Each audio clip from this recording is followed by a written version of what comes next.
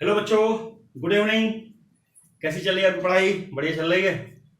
और ये चैप्टर भी लगभग हमारा खत्म होने वाला है। ठीक है, तो आप लोगों ने बढ़िया से नोट्स बना लिया होगा और मॉड्यूल वगैरह लगाना शुरू कर दो। ठीक है, जो मेडिकल के हैं मेडिकल का मॉड्यूल लगाएंगे, इंजीनियरिंग वाले बच्चे इंजीनियरिंग का मॉड्यूल लगाएंगे, और जितने भी डाउट्स आते हैं वो धीरे धीरे करके हमसे पूछते चलो। ठीक है ना बेटा? चल, अब इसके बाद जो है लास्ट लेक्चर्स में हम लोग जो डिस्कस कर रहे थे आपसे, वो हमारा जो टॉपिक था ऑर्गेनोमेट्रिक कंपाउंड। तो ऑर्गेनोमेट्रिक कंपाउंड में मैंने दो चीजों को मेंशन किया था कि सिग्मा बॉन्डेड ऑर्गेनोमेट्रिक कंपाउंड क्या होता है और पाई बॉन्डेड ऑर्गेनोमेट्रिक कंपाउंड क्या होता है। तो सिग्मा बॉन्डेड ऑर्गेनोमेट्रिक कंपाउंड में मैंने आपको एक चीज बताया था कि ऐसे ऑर्गेनिक कंपाउंड्स जिसके अंदर सिग्मा बॉन्ड की पॉसिबिलिटीज हमको स्ट्रक्चर में दिख रहा हो, उसे हम बोलेंगे सिग्मा बॉन्डेड ऑर्गेनोमेट्रिक कंपाउंड। और पाई बॉन्डेड ऑर्गेनोमेट्रिक कंपाउंड में खास बात क्या थी बच्चों कि पाई बॉन्डेड में हमको पाई बॉन्ड दिख रहा था। तो पाई बॉन्ड के केस में तीन बेस्ट एग्जांपल थे। एक आपको याद होगा डाइबेंजीन क्रोमियम था, दूसरा फेरोसिन था, और तीसरा जो हमारे पास था वो जी सॉल्ट था। तीन ये बेस्ट एग्जांपल हैं जो सबसे ज्यादा आपसे पूछे जाते हैं। इसके बाद जो थर्ड केस है, तो थर्ड केस जो है हमारा जो मेटल कार्बोनिल का है, या आप कह सकते हो ऑर्गेनोमेट्रिक कंपाउंड का है, तो वो थर्ड केस होगा sigma and pi bond both, है ना। तो वहीं से हम स्टार्ट करेंगे। सी पार्ट,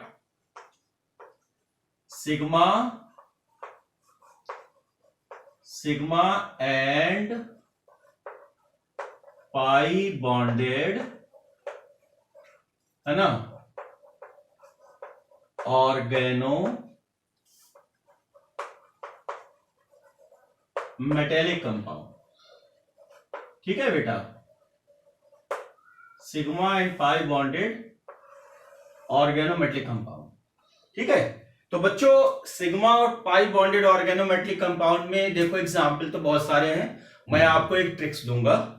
मेरा ट्रिक्स ये होगा कि बच्चों अगर हम मेटल कार्बोनिल ले रहे हैं, ठीक है, अगर मैं मेटल कार्बोनिल ले रहा हूं, ठीक है, जैसे मैंने कह रखा है कि M और CO का होल X ले रखा है, तो बेटा आप जानते हो कि मेटल कार्बोनिल्स में जहां CO होता है उसमें पाया जाता है सिनर्जिक बॉन्डिंग। ठीक है, क्या पाया जाता है? सिनर्जिक बॉन्डिंग पाया जाता है, पक्का। और सिनर्जिक बॉन्डिंग में मैंने बताया था कि सिग्मा बॉन्ड भी बनता है और साथ में पाई बॉन्ड भी बनता है, ऐसा बताया था मैंने आपको। क्यों बेटा? दोनों बॉन्ड बनता है। तो इस तरह की पॉसिबिलिटीज हमको देखने को कहां मिलेगी? मेटल कार्बोनिल्स में। तो अगर मैंने कहा कि फॉर एग्जाम्पल कुछ एग्जाम्पल लेकर हम आप समझो कि मैंने कहा बच्चों कि Ni और CO का होल 4, या हमने ये कह दिया कि साहब MnCO का होल 5, इस तरीके के अगर मैं कंपाउंड्स ले रहा हूं जिसमें कि कार्बोनिल्स मेरे को देखने को मिलता है, तो ऐसे कंपाउंड्स के अंदर सिग्मा और पाई बॉन्ड दोनों देखने को मिलेगा। राइट? तो एक लाइन लिखो बच्चों, है ना, metal carbonyls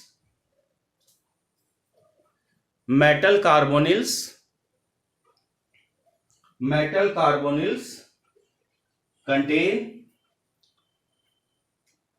synergic bonding in which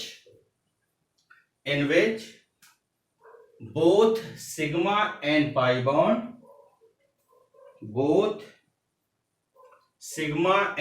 bond are present, है ना। So metal carbonyl contain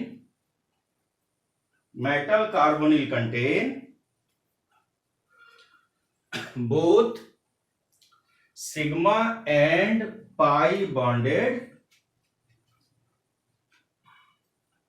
organometallic compounds। लिख लिया बेटा? लिखो, फटाफट लिखो इसको।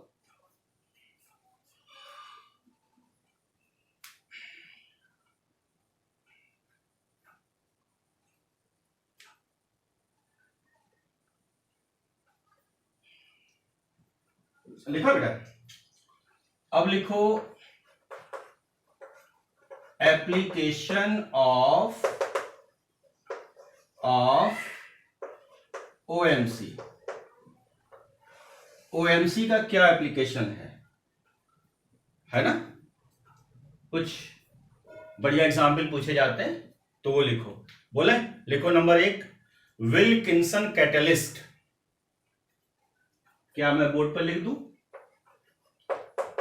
Wilkinson catalyst.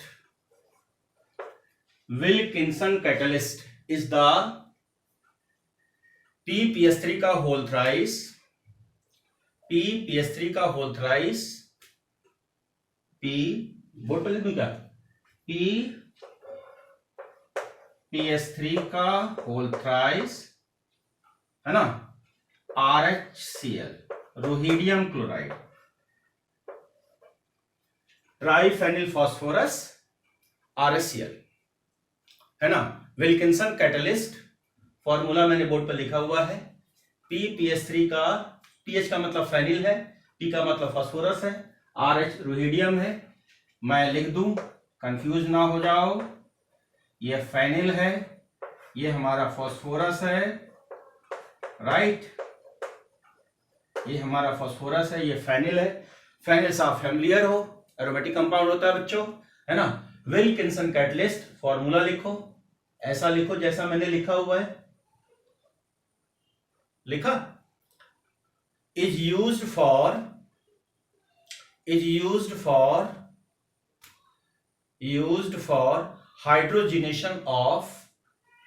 Hydrogenation of alkene. It is heterogenation of, है ना, heterogenation of olefins। नेक्स्ट लिखो बेटा, नंबर 2 लिखो ट्राई एल्किल एल्युमिनियम। पिछले लेक्चर में बताया मैंने ट्राई एल्किल, चाहे मैथिल भी ले सकते हो और एथिल भी ले सकते हो, राइट, दोनों ले सकते हो। Try alkyl aluminium,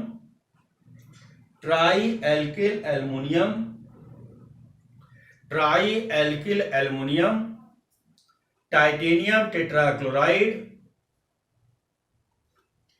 try alkyl aluminium, titanium tetrachloride used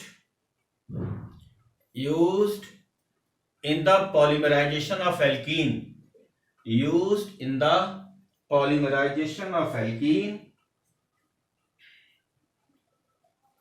it is also known as Ziegler-Natta catalyst। पिछले टर्म पर लिखवाया है, also known as Ziegler-Natta catalyst।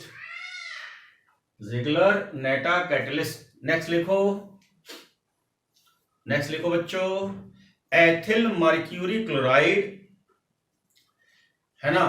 Ethyl mercury chloride protect the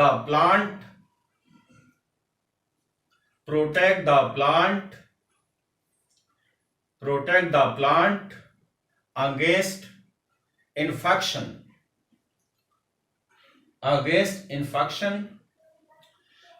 It is used as fungicides, fungus को मारने वाला। Plant में अगर fungus लग रहा है तो हम उस केस में एथिल मर्क्यूरी क्लोराइड का यूज करते हैं प्लांट के फंगस को मारने के लिए, ठीक है ना। नेक्स्ट पॉइंट लिखो बच्चों ऑर्गेनो आर्सेनिक कंपाउंड, आर्सेनिक का ऑर्गेनोमेटलिक कंपाउंड है ना। Organo arsenic compound used as a medicine against syphilis, SYPHILIS,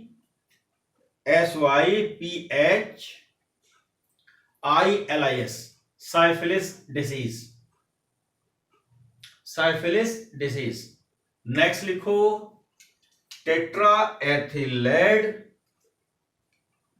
next लिखो बेटा टेट्रा एथिलेड, ब्रैकेट में लिखो TEL, TEL, tetra ethyl lead, bracket में लिखो TEL, is used as anti knocking compound, anti knocking compound in petrol, petrol. Next butyl lithium, butyl lithium, butyl lithium is an excellent catalyst, excellent catalyst for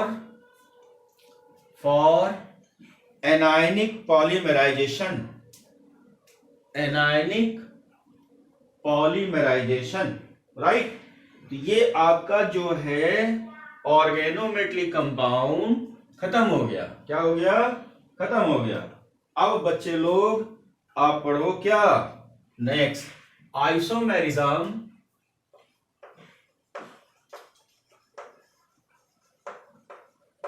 isomerism in coordinate compound, isomerism in coordinate compound.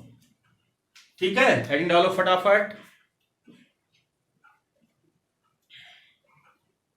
बच्चों isomerism क्या होता है? Isomerism का मतलब क्या होता है बताओ बेटा।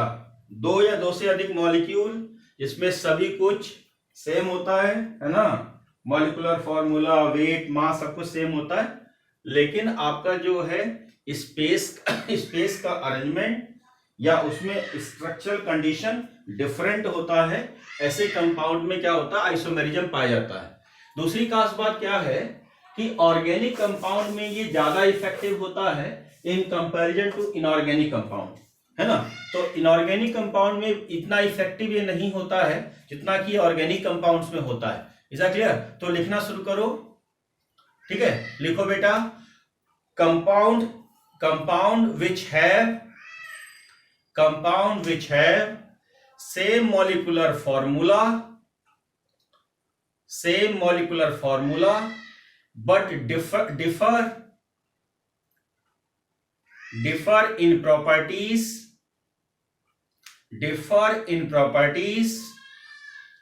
due to difference in structure is known as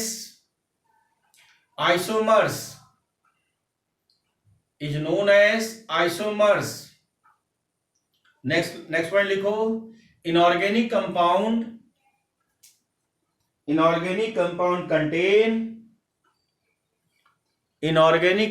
contain less effective, है ना, less effective isomerism in comparison to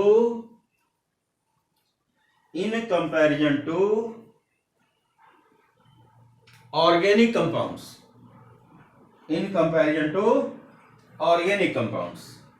next line से लिखो in inorganic compound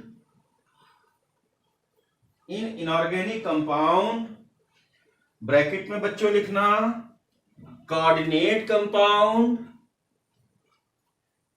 ब्रैकेट में लिखो coordinate compound. Isomerism are of two types, right. Isomerism are of two types. ठीक है, number 1 लिखो। Number एक हमारा हो जाएगा स्ट्रक्चरल। क्या हो जाएगा? स्ट्रक्चरल आइसोमेरिज्म, ठीक है बेटा, स्ट्रक्चरल आइसोमेरिज्म। और नंबर 2 हो जाएगा मेरा स्टीरियो आइसोमेरिज्म, ठीक है, दूसरा हो जाएगा स्टीरियो आइसोमेरिज्म। नोट करो और नंबर 1 पर आओ। नंबर 1 स्ट्रक्चरल आइसोमेरिज्म, हेडिंग डालो स्ट्रक्चरल आइसोमेरिज्म, लिख लिया बेटा। तो नंबर 1 स्टार्ट करते हैं हम लोग। नंबर 1 हमारा क्या हो गया, स्ट्रक्चरल आइसोमेरिज्म, ठीक है, स्ट्रक्चरल आइसोमेरिज्म। लिखो सच टाइप ऑफ आइसोमेरिज्म, है ना, सच type of isomerism contain difference in the type of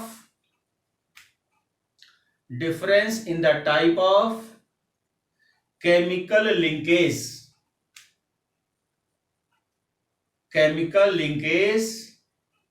and distribution of ligands,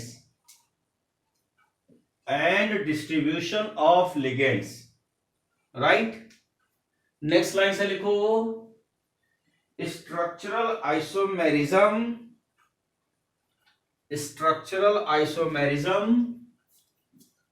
are of following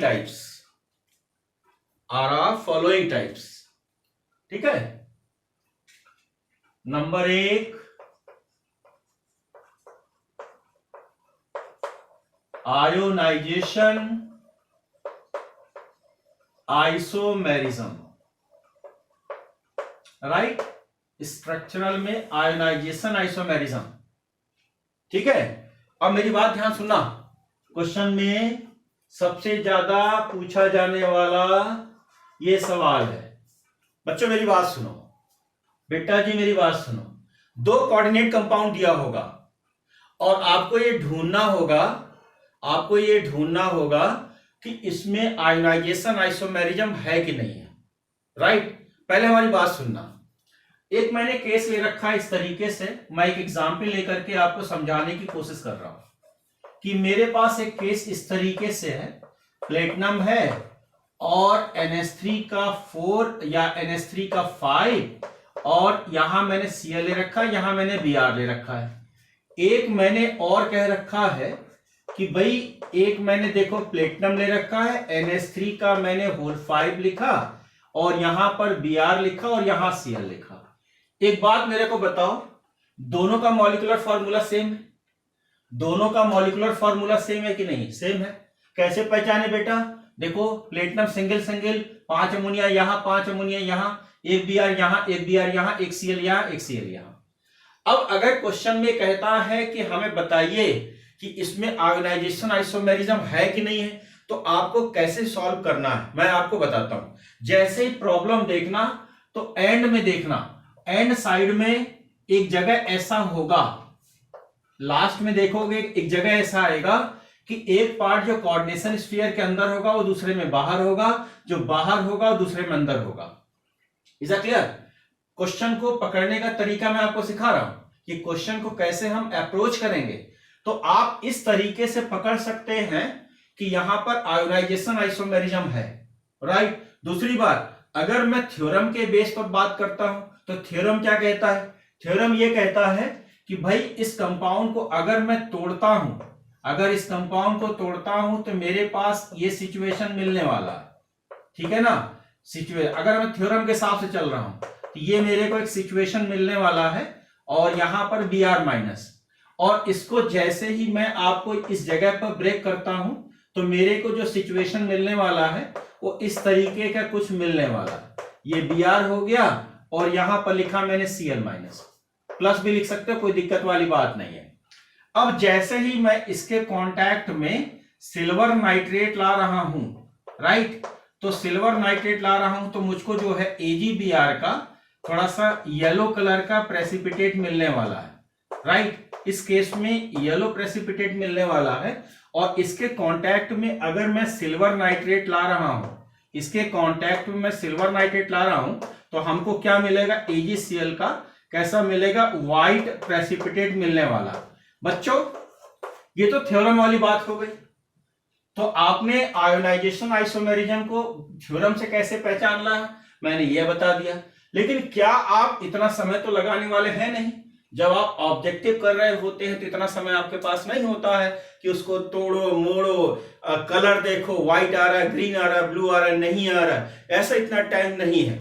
तो ऐसे प्रॉब्लम को आप कैसे सॉल्व करोगे, जैसे ही ऑप्शन देखो फटाक से पेन के एंड पर देखना शुरू करो, जहां पर इस तरह की बात हमको देखने को मिलेगा वहां पर 100% आपको आयोनाइजेशन आइसोमेरिज्म मिलेगा। बाकी थ्योरम के हिसाब से ऐसा है कि भाई कोऑर्डिनेट कंपाउंड का फॉर्मूला तो हमारा सेम होगा, लेकिन आयोनाइजेशन के बेस पर उनके कलर्स अलग अलग मिलेंगे। ऐसे कोऑर्डिनेट कंपाउंड में जो हमें पाया जाता है वो आयोनाइजेशन आइसोमेरिज्म पाया जाता है। ये आपकी स्टोरी हो गई, आपकी बुकिश लैंग्वेज हो गई, जैसा कंपटीशन स्टाइल में लिखा जाता वैसा हो गया। लेकिन प्रैक्टिकल आप जब करेंगे तो जो मेरे स्टाइल में है उसको करेंगे। Any doubt? लिखो बेटा, मैं स्टेटमेंट बोलूं, स्टेटमेंट लिखो। 2 और मोर देन 2, है ना, 2 और मोर देन 2, 2 और मोर देन 2, 2 और more than 2 coordinate compound having same molecular formula, but they are, है ना, but they are differ from each other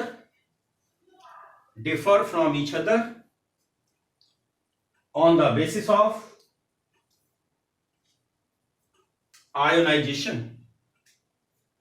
है ना, ionization. Such type of isomerism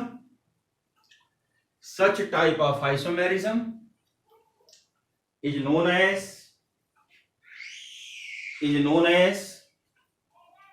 ionization isomerism.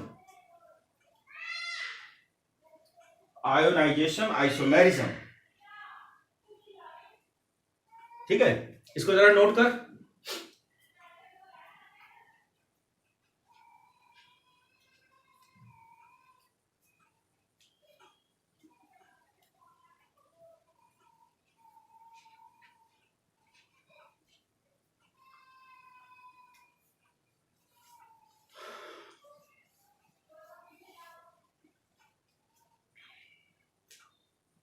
लिखा? अच्छा एक और ले ले, एक और बढ़िया एग्जाम्पल ले ले। चल एक एग्जाम्पल और लेता हूं मैं, एक बढ़िया से एग्जाम्पल और लेता हूं। ये मैंने ले लिया, प्लेटिनम लिया, है ना। ये चलो मैंने वाटर हटा दो, अमोनिया लेते हैं। वाटर तो अगले केस में मैं ले लूंगा। अमोनिया 5 ले लिया और यहां मैंने NO3 ले लिया, राइट, और बाहर मैंने कह दिया SO4, राइट। एक तो मैंने ये ले लिया, दूसरा मैं आपसे ये कह रहा हूं कि प्लेटिनम हो गया और अमोनिया 5 और यहां पर SO4 ले रहा हूं, हाँ, और यहां NO3 ले रहा हूं। दो ही केस देखने को मिलता है। अब क्या है, अगर मैं इसको तोड़ रहा हूं बच्चों तो मेरे को क्या मिलने वाला है, प्लेटिनम और ये अमोनिया 5 और ये NO3 पक्का, और साथ में मिलने वाला है SO4-2। ऐसा मिलने वाला है कि नहीं मिलने वाला है? बिल्कुल मिलने वाला है साहब। अब इस केस में अगर मैं इसको तोड़ना चाह रहा हूं, मेरे क्या मिला, प्लेटिनम, ये हमारा अमोनिया हो गया बेटा जी, हाँ, 5, ये हमारा SO4 और ये हो गया NO3-, ये हो गया साहब। अब क्या है, पहली बात तो हमने जान लिया कि इस केस में जो दिख रहा है मेरे को वो आयोनाइजेशन है। अब बुकिश लैंग्वेज में आ जाओ कि इस कंपाउंड में अगर मैंने BaCl2 डाल दिया तो कैसा मिलेगा, BaSO4 का कैसा प्रेसिपिटेट होता है, व्हाइट, राइट। और इस केस में अगर मैंने इस केस में क्या कर दिया कि BaCl2 डाल दिया तो नो प्रेसिपिटेट। क्यों? क्योंकि यहां पर इसके ये पूरा का पूरा कोऑर्डिनेशन स्फीयर के अंदर है, तो इसकी रिएक्शन नहीं होने वाली है। Is that clear? Barium nitrate बना सकता है लेकिन उसका प्रेसिपिटेट कोई विजिबल नहीं होता है, ठीक है ना। तो यहां पर जो है हमको प्रॉब्लम इस तरीके से देखने को मिलेगा।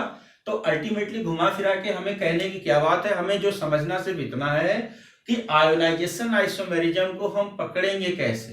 तो आयोनाइजेशन आइसोमेरिज्म को पकड़ने का सबसे बढ़िया तरीका होगा कि जो ऑप्शंस दिख रहे होंगे उसके एंड में देखना शुरू करो। एक में जो अंदर होगा वो दूसरे में बाहर होगा, जो दूसरे में बाहर होगा वो पहले में अंदर होगा। इस तरीके से जैसे ही आप सिचुएशन को देखना, आप तुरंत समझ जाना कि यहां पर जो मामला है वो आयोनाइजेशन आइसोमेरिज्म का है। Is that clear? नोट कर बेटा।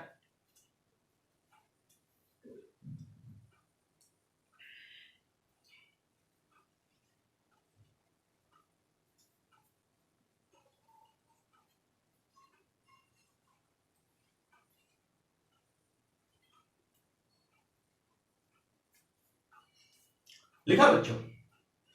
अब दूसरा में आ जाओ। स्ट्रक्चर में दूसरा केस, स्ट्रक्चर में दूसरा हाइड्रेटेड आइसोमेरिज्म।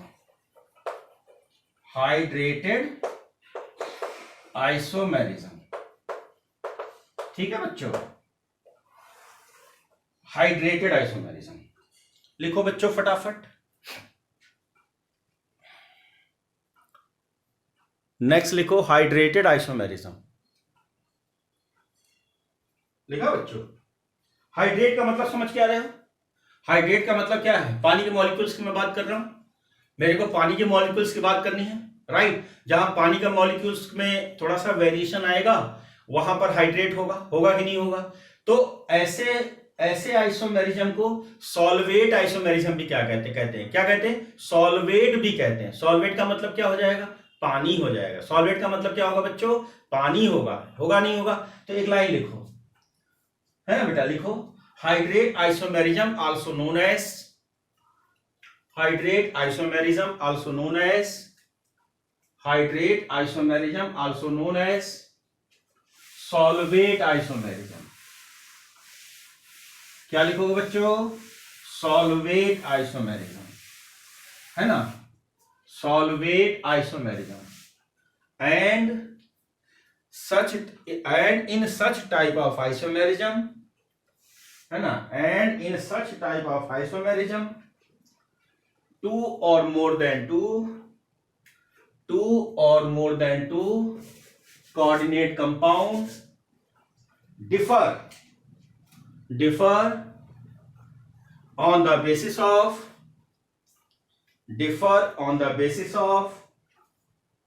वाटर मॉलिक्यूल, है ना, differ on the basis of water molecule. पानी के मॉलिक्यूल पर वो क्या होंगे? अलग होंगे। अब देख एग्जाम्पल देख, मैंने ले रखा है क्रोमियम, ले रखा है, समझना मेरी बात, ठीक है, और मैंने ले रखा है H2O का होल 6 और बाहर मैंने ले रखा है Cl3 ले लिया, ठीक है ना, ठीक। अब यहां पर इसको मैंने मान लिया फर्स्ट केस। अब क्या करना है कि एक क्लोरीन को अंदर करना, एक पानी को बाहर करना, यानी इसका ये हमारा क्या हो गया? फर्स्ट हो गया। दूसरा केस देख, क्रोमियम और यहां पर 5, है ना, Cl और ये हो गया Cl2 और लगा दिया H2O, दिख रहा है? ये हमारा क्या हो गया? सेकेंड हो गया। अब तीसरा केस देख, ये हमारा क्रोमियम हो गया, ये H2O और ये हमारा 4, फिर Cl2, Cl और डॉट टू H2O। इसको मैंने क्या कह दिया? थर्ड मान लिया।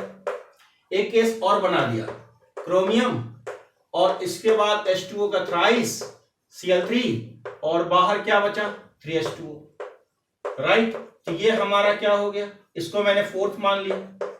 अब मेरे को बात बताओ बालको, मेरे को बात बताओ, क्या आयोनाइजेशन होगा? बिल्कुल नहीं होगा। क्यों नहीं होगा? क्योंकि यहां पर देखो दोनों हमारे क्या हो गए? एक जैसे हो गए, दोनों एक जैसे हो गए और यहां कोई चेंज हुआ ही नहीं, है ना। कोई लिगेंड चेंज होना चाहिए था, यानी दूसरा भी बनना चाहिए था, यानी दूसरा तो कुछ है नहीं। अब यहां पर क्या है, इस केस में देखो पानी के मॉलिक्यूल बिल्कुल नहीं है। इस केस में एक पानी के मॉलिक्यूल है, यहां 2 है, यहां 3 है। तो आप देख रहे हो कि एक ही कोऑर्डिनेट कंपाउंड के 4 मैंने केस लिए हैं और चारों एक दूसरे से पानी के मोल्स में अलग अलग है। इस केस में अगर देखें तो यहां पर नंबर ऑफ वाटर मॉलिक्यूल 0 है, इस केस में आपका 1 है, इस केस में आपका 2 है, इस केस में आपका 3 है। इन सबका मॉलिक्यूलर फॉर्मूला सेम है, यानी पानी के बेस पर ये सब अलग अलग हैं। तो इस तरीके के आइसोमेरिज्म में हमको कौन सा आइसोमेरिज्म देखने को मिलेगा? हाइड्रेट। हाइड्रेट का मतलब सॉल्वेट। Is clear? तो लिखवाऊं एक लाइन, लिखवा चुका हूं ना, लिखो इसको, एग्जाम्पल लिखो बेटा।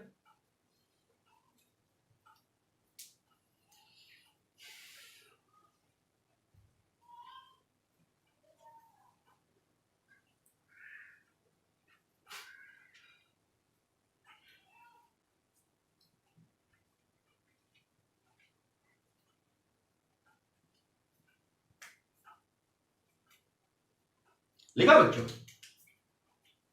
अब देख सी, इसी में तीसरा आ जा, जिसको हम लोग बोलते हैं लिंकेज आइसोमेरिज्म, राइट? इसको क्या बोलते हैं? Linkage isomerism.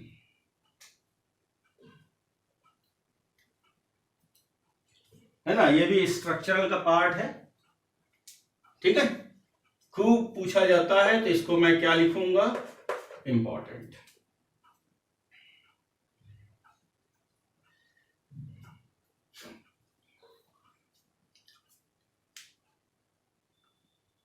बच्चों, मैंने आपको एक एम्बीडेंटेड लिगेंड बताया था। तो एम्बीडेंटेड लिगेंड की खास बात क्या होगा? उसमें डोनर साइड 2 होंगे, है ना, उसमें डोनर साइड कितने होंगे? 2 होंगे, लेकिन एट ए टाइम केवल एक ही डोनर साइड ट्रांजिशन मेटल के साथ जुड़ा होगा। मेरी बात समझना। अब हमने क्वेश्चन ये कह रखा है कि हमारे पास मान लिया जाए कि कोई किसी कोऑर्डिनेट कंपाउंड में एम्बीडेंटेड लिगेंड दे रखा है। अगर किसी कोऑर्डिनेट कंपाउंड में एम्बीडेंटेड लिगेंड दे रखा है, राइट, तो उसके डोनर साइड कितने हैं? 2, लेकिन एट ए टाइम केवल एक समय में एक ही लिगेंड के साथ ट्रांजिशन मेटल का अटैचमेंट होगा। तो एम्बीडेंटेड लिगेंड जहां भी पाया जाएगा, सुन लो ध्यान से, एम्बीडेंटेड लिगेंड जहां भी पाया जाएगा, जिस भी केस में एम्बीडेंटेड लिगेंड दिखेगा, वहां पर 100% लिंकेज आइसोमेरिज्म होगा। तो ऐसे सारे कोऑर्डिनेट कंपाउंड जहां पर एम्बीडेंटेड लिगेंड होगा, वहां पर जो है हमें जो आइसोमेरिज्म देखने को मिलेगा, वो कौन सा मिलेगा? कौन सा? Linkage isomerism. मैं एक लाइन लिखवाऊं, लिखो लिखो। Linkage isomerism also known as, linkage isomerism also known as, linkage isomerism also known as salt isomerism, salt isomerism also known as salt isomerism, right बेटा? नेक्स्ट लाइन से लिखो, लिंकेज आइसोमेरिज्म, दूसरे pen से लिखोगे तो ज्यादा अच्छा रहेगा, लिखो linkage isomerism arises due to presence of ambidentate ligands, like NO2 minus,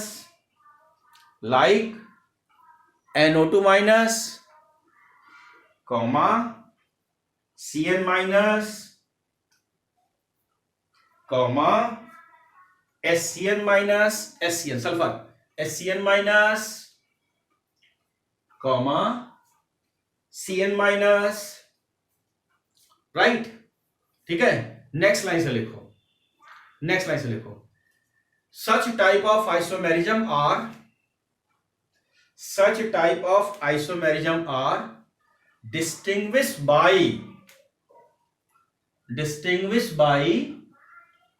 infrared spectroscopy, IR spectroscopy बोलते हैं, इंफ्रारेड स्पेक्ट्रोस्कोपी, है ना, इंफ्रारेड स्पेक्ट्रोस्कोपी या IR स्पेक्ट्रोस्कोपी, राइट? तो हमें क्वेश्चन में कैसे पकड़ना है भाई कि मेरे को क्या देखने को मिले? एम्बीडेंटेट लिगेंड, ये देखने को मिले मेरे को, राइट? कौन सा? जैसे कि Cn माइनस, मैंने लिखवाया SCN minus, NO2 minus, right, और SCN हो गया, और इसके बाद भी और भी है SH, और भी है, छोड़ इससे काम चला, इतने से काम चला ले, है ना। अब दूसरी बात क्या है, कैसे हम ऑप्शन में पकड़ेंगे। अब देख, मैं समझा रहा हूं, ये हमने लिखा प्लेटिनम, पक्का, और ये लिखा मैंने NH3, और ये लिखा 5, ये मैंने लिखा NO2, राइट, और ये लिखा Cl, ठीक है। दूसरा केस मैं ये ले रहा हूं कि ये मैंने प्लेटिनम, ये NH3 का 5, और ये लिखा ONO, और ये Cl। क्या इन दोनों में देख Cl कॉमन है, ये बाहर, तो इस केस में अगर मैं बात कहता हूं तो मेरे को नो आयोनाइजेशन, क्या नो आयोनाइजेशन आइसोमेरिज्म, ऐसा कुछ देखने को मिल रहा है? बिल्कुल नहीं। क्या मेरे को हाइड्रेट देखने को मिल रहा है? नो हाइड्रेट आइसोमेरिज्म, ये भी देखने को नहीं मिल रहा है। क्यों बच्चों? लेकिन अगर मेरे को दिख रहा है यहां पर तो लिंकेज आइसोमेरिज्म क्या है? ये प्रेजेंट है। कैसे पहचाने आप, है ना, कैसे पहचाना आपने? देखो, इस केस में एक ऑप्शन में तो NO2 दिख रहा है, दूसरे में क्या दिख रहा है? ONO दिख रहा है, दिखा? तो मैंने आपसे कहा हुआ है कि अगर इस तरह की पॉसिबिलिटीज किसी एग्जाम्पल में देखने को मिलेगा तो वहां पर जो आइसोमेरिज्म होगा दैट इज लिंकेज। क्या होगा बेटा? लिंकेज। Any doubt? लिखो बेटा फटाफट।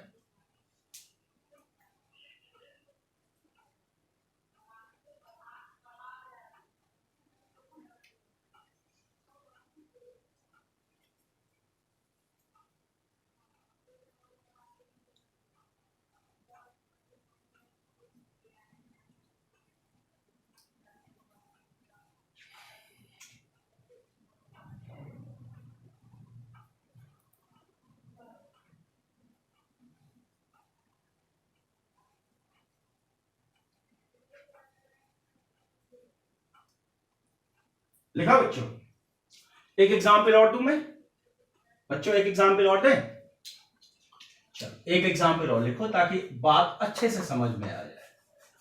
चलो, मैंने प्लेटिनम लिया, ठीक है बालको, और मैंने NH3 ले लिया, ठीक है, 5SCN, क्या कहते हो? Br। दिख रहा है ना? और इसके बाद हमने क्या कह रखा है? प्लेटिनम और NH3 5 और NCS, और यहां Br, क्या कहते हो? तो यहां पर हमने क्या पहचाना? SCN देख रहे हो, यहां NCS देख रहे हो।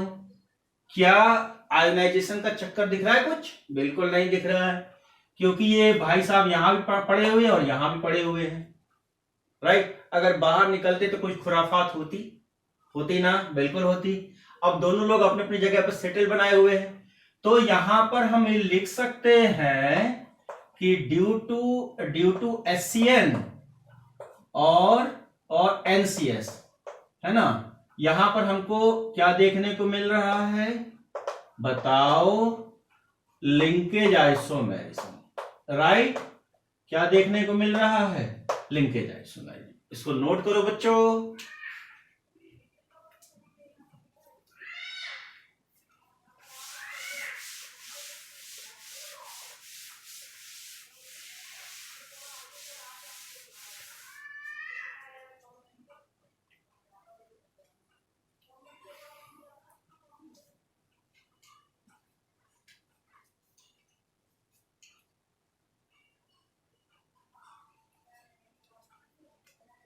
एक नोट करके लिखो, बोले दूसरे पेन से लिखो,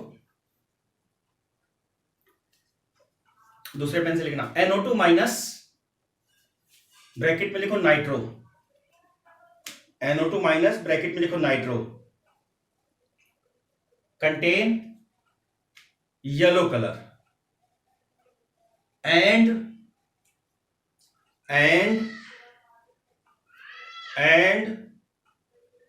when it comes in contact of acid, then no reaction takes place, because NO2 minus is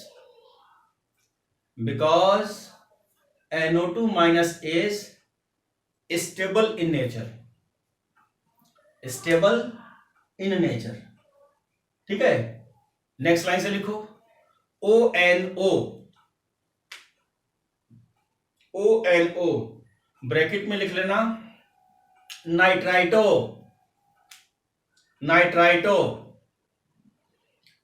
contain red color,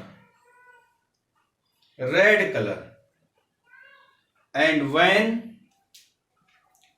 it comes in contact of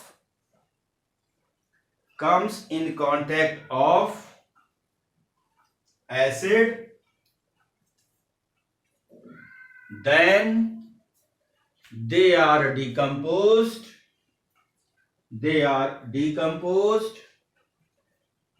because ONO group or nitrito group is less stable in comparison to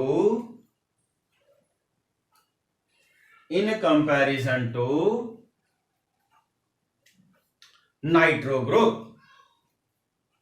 लिख लिया? तीन आ गए बच्चों। तो पहला आपने क्या सीखा? पहला सीखा आपने आयोनाइजेशन। दूसरा आपने क्या सीखा बेटा? दूसरा क्या सीखा? हाइड्रेट। तीसरा क्या सीखा आपने? Salt isomerism. सॉल्ट के लिए मैंने क्या नाम दिया? लिंकेज भी बोला, राइट। अब हम चौथा जहां पे लिखें कोऑर्डिनेशन आइसोमेरिज्म। नंबर 4 है ना, डी आयोनाइजेशन में coordination isomerism, right. Coordination isomerism लिखो। नंबर 4 कोऑर्डिनेशन आइसोमेरिज्म लिखा बच्चों? लिखो, स्टेटमेंट लिखो। In such type of isomerism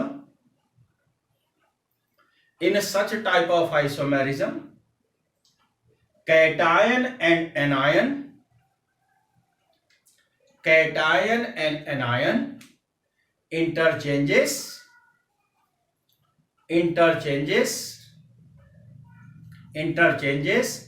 between two complex, राइट। मतलब क्या है समझो। एक केस मैंने इस तरीके से ले रखा है कि क्रोमियम ले रखा है और साइनाइड का मैंने 6 ले रखा है, ठीक है। और इसके बाद दूसरा इसी में ले रखा है कि Fe के साथ मैंने अमोनिया ले रखा है और 6 ले रखा है, ठीक है। अब एंड करके मैंने क्या लिखा है? एंड करके ये लिखा है कि क्रोमियम के साथ अमोनिया आपका 6 और Fe के साथ आपका जो साइनाइड है वो आपका 6। बेटा मेरे को एक बात बताओ, यहां जो है क्रोमियम किसके साथ जुड़ा हुआ है? साइनाइड के साथ। और Fe किसके साथ जुड़ा हुआ है? अमोनिया के साथ, राइट। इस केस में देखो, एंड के बाद इधर देखो, कोऑर्डिनेशन आइसोमेरिज्म का मतलब 2 कोऑर्डिनेशन स्फीयर होंगे, यानी एक केस तो आपका ये होगा और एक केस आपका ये होगा, ठीक है। अब थोड़ा ध्यान समझना। इस केस में देख, क्रोमियम किसके साथ जुड़ा हुआ है? NH3 के साथ। और Fe किसके साथ जुड़ा हुआ है? साइनाइड के साथ। बेटा मेरी बात सुन, क्रोमियम यहां साइनाइड के साथ जुड़ा हुआ है और क्रोमियम यानी इस मेटल का लिगेंड, दूसरे वाले केस में इस मेटल का लिगेंड इस लिगेंड के साथ, सॉरी, ये मेटल जो है इसके लिगेंड के साथ दूसरे वाले केस में, और इसका मेटल इस लिगेंड के साथ दूसरे वाले केस में, दिख रहा है? यानी इस केस में देख, यहां क्रोमियम साइनाइड के साथ जुड़ा है और दूसरे वाले केस में क्रोमियम इस लिगेंड के साथ जुड़ा है। देख उधर, इस केस में देख क्रोमियम अमोनिया के साथ जुड़ा है, सॉरी Fe अमोनिया के साथ जुड़ा है, और दूसरे वाले केस में Fe इस लिगेंड के साथ जुड़ा हुआ है। तो इसका मतलब मेटल और लिगेंड की जब भी इंटरचेंजिंग होगी, मेटल का मतलब कैटायन और लिगेंड का मतलब एनायन, तो मेटल और लिगेंड की जब भी इंटरचेंजिंग होगी तो इस तरीके का जो आइसोमेरिज्म हमको देखने को मिलेगा उसको बोलेंगे कोऑर्डिनेट आइसोमेरिज्म। क्या बोलेंगे बच्चों? Coordinate isomerism. नोट कर बेटा।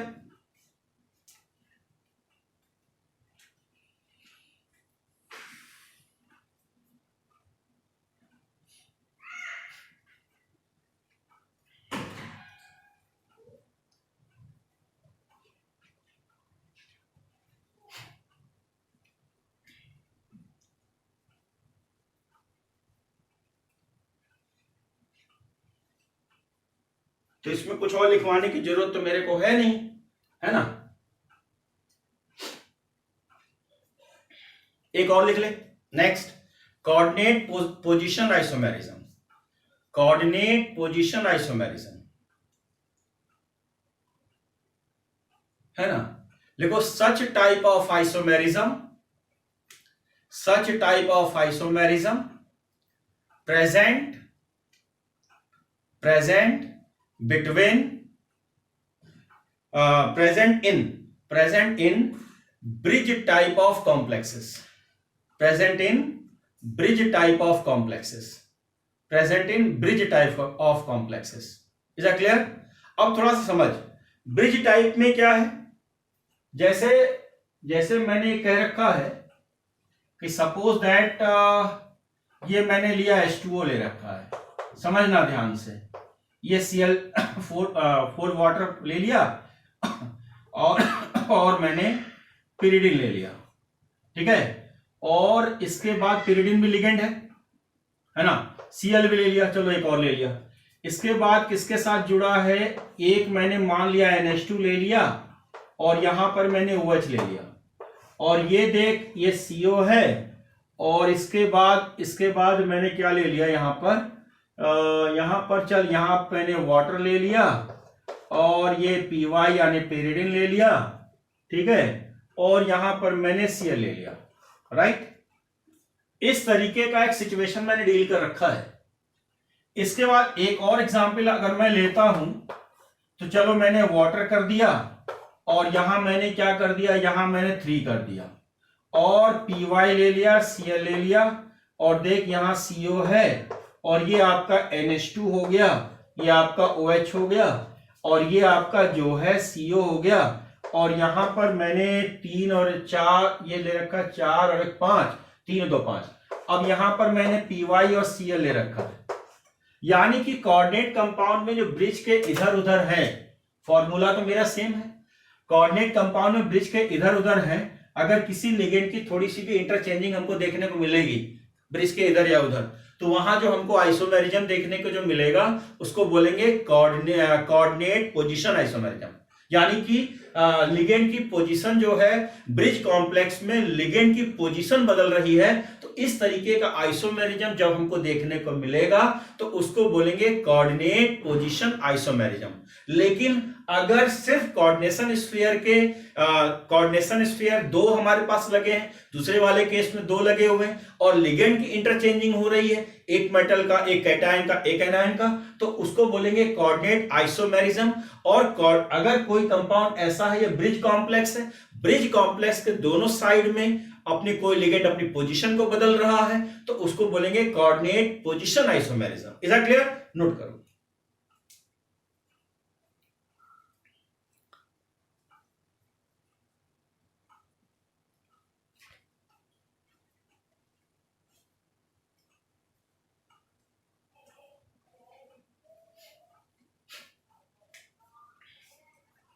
लिखा बच्चों? अब जो है नंबर 2 लिखो, स्टीरियो आइसोमेरिज्म। तो स्टीरियो आइसोमेरिज्म में 2 बातें हमें पढ़ने को मिलेगा। एक तो मिलेगा ज्योमेट्रिकल आइसोमेरिज्म, ठीक है, और एक हमको मिलेगा ऑप्टिकल आइसोमेरिज्म। दो आइसोमेरिज्म मेरे को देखने को मिलेगा।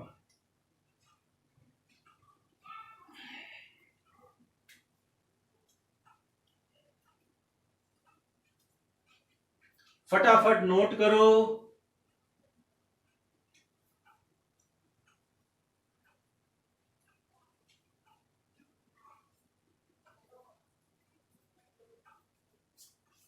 है ना, डेफिनेशन की कोई मतलब नहीं है हमको, हम सीधे मुद्दे पर आ जाएं। ज्योमेट्रिकल ऑप्टिकल क्या होता है? ऑप्टिकल मैंने आपको 11th स्टैंडर्ड में पढ़ाया है, ज्योमेट्रिकल भी थोड़ा सा बताया है आपको। मतलब क्या बोलते हैं उसको, जीओसी में बताया है मैंने आपको, है ना। तो थोड़ा सा इसके बारे में इंफॉर्मेशन लेना है, तो हेडिंग डालो ज्योमेट्रिकल आइसोमेरिज्म। बच्चों हेडिंग डालो ज्योमेट्रिकल आइसोमेरिज्म।